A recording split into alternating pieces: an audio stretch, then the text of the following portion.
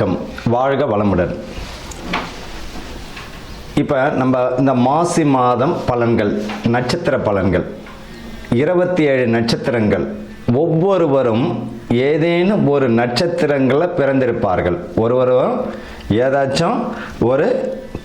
ஏதேனும் ஒரு நட்சத்திரத்தில் பிறந்திருப்பார்கள். அப்படி ஒவ்வொரு நட்சத்திரத்திற்கும் ஏதாச்சும் ஒரு குணாதிசயம் உறுதியாக உண்டு. ஏதாச்சும் ஒரு குணாதிசயம் இருக்கும். 27 நட்சத்திரக்காரர்கள் ஏதோ ஒரு வித்தியாசம் இருக்கும். இந்த மாசி மாதத்தில் எந்த மாதிரியான பலன்கள் இந்த நட்சத்திரக்காரர்களுக்கு நடக்க போகுது?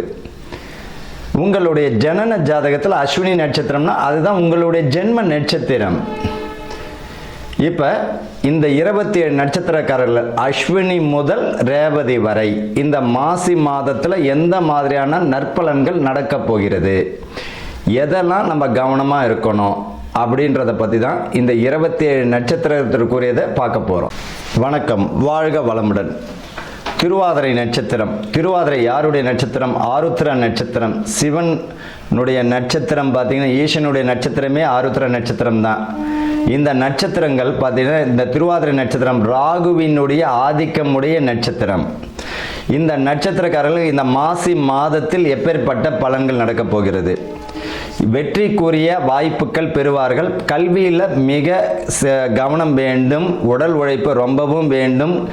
தேவையில்லாத மனக்குழப்பம், தேவையில்லாத விஷயங்கள் தலையீடு வேண்டாம். இப்போ திருவாதிரை நட்சத்திரக்காரர்கள் அத்தனை பேருக்குமே படிக்கக்கூடிய மாணவர்களுக்கு இது ஓடும்.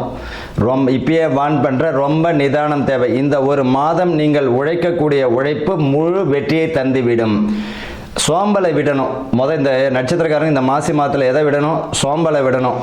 திட்டமிட்டு ஒரு காரியத்தை செஞ்சிங்கன்னா வெற்றி கிடைக்கும். அதில் உடல் உழைப்பு அதிகமாக செலுத்துகிற மாதிரி இருக்கணும்.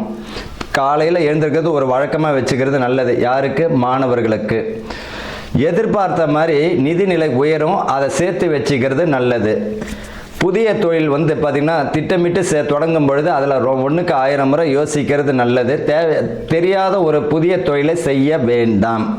தெரிஞ்ச தொழிலை திறமையாக செய்யுங்க. தெரியாத தொழிலை காலை வச்சுன்னு மாட்டின்னு அல்லல் பட வேண்டாம். வீடு அமையக்கூடிய வாய்ப்பு, ஏற்கனவே இருந்த வீடுகள் பார்த்தீங்கன்னா ஆல்ட்ரேஷன் ஒர்க்கோ அல்லது மேல் மாடி கட்டக்கூடிய அமைப்பு தரும். சுப விரயம் சொல்லலாம்.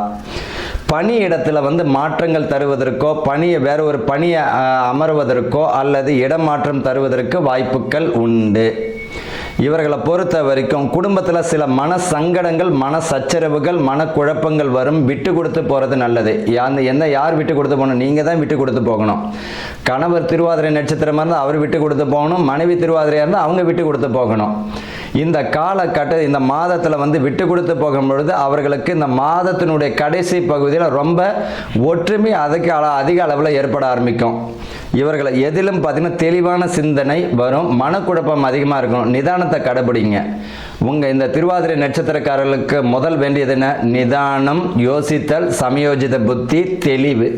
இது இருந்துட்டாலே போதும். விட்டு கொடுத்து போகக்கூடிய மனப்பான்மை.